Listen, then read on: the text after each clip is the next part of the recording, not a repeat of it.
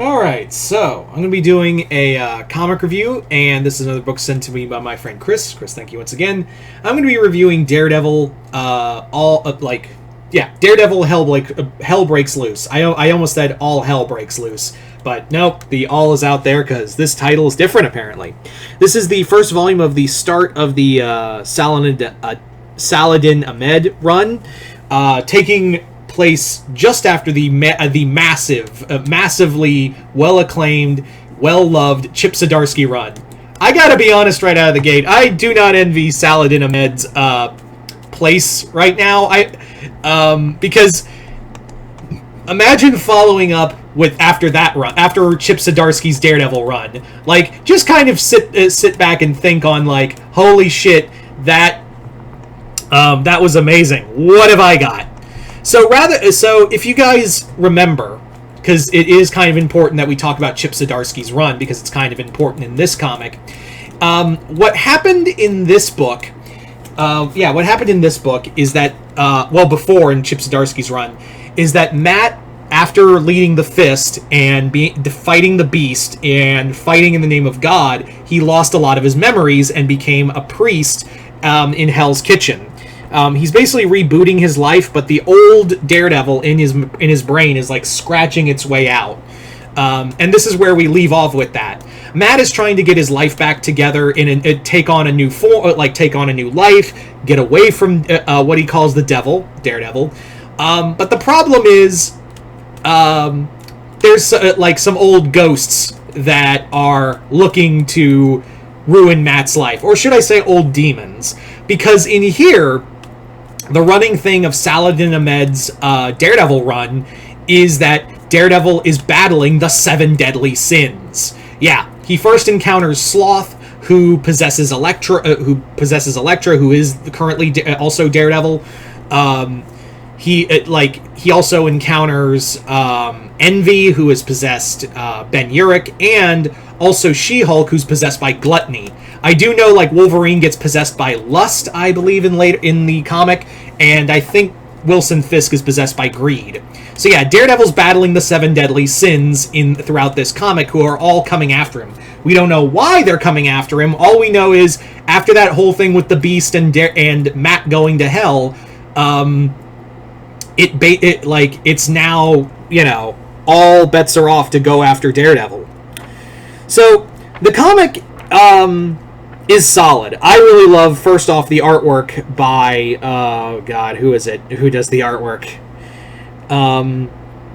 Aaron Kurter for issues 1 and 3. We also have, it's a whole list. We have Fareed Kamari, we have Jermaine Peralta.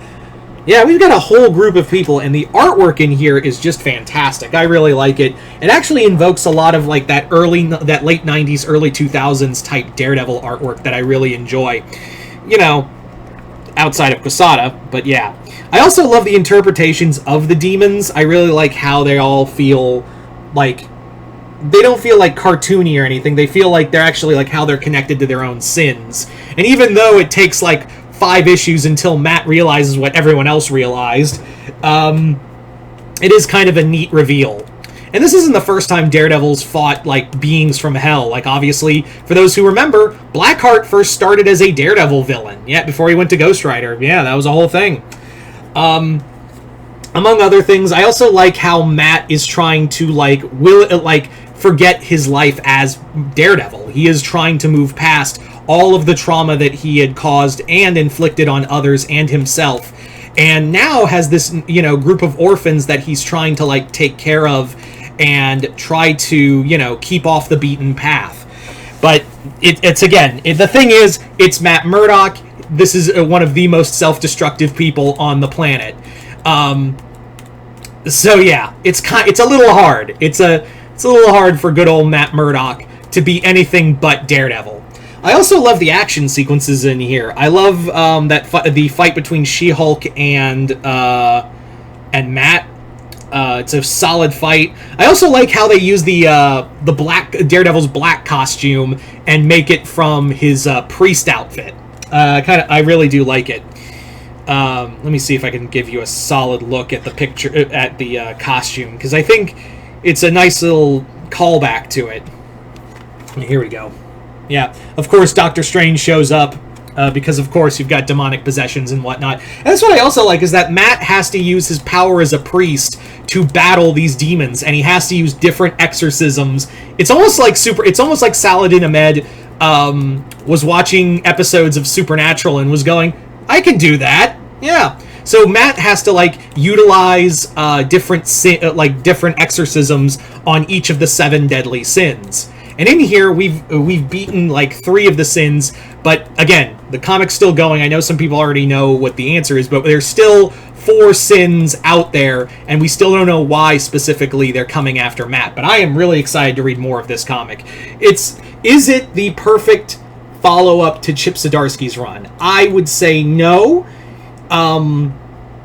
But I think it's like there's no way you again.